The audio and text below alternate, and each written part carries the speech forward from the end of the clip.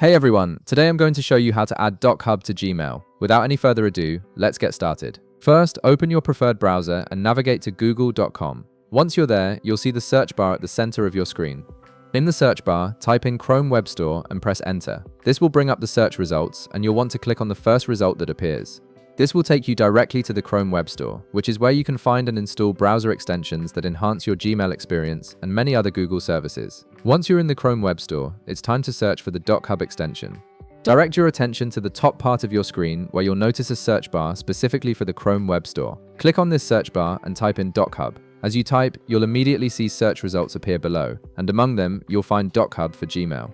This extension is specifically designed to integrate Dochub directly into your Gmail account, making it incredibly easy to edit, sign, and manage PDF documents right from your inbox without having to switch between different tabs or applications. Go ahead and click on the Dochub result.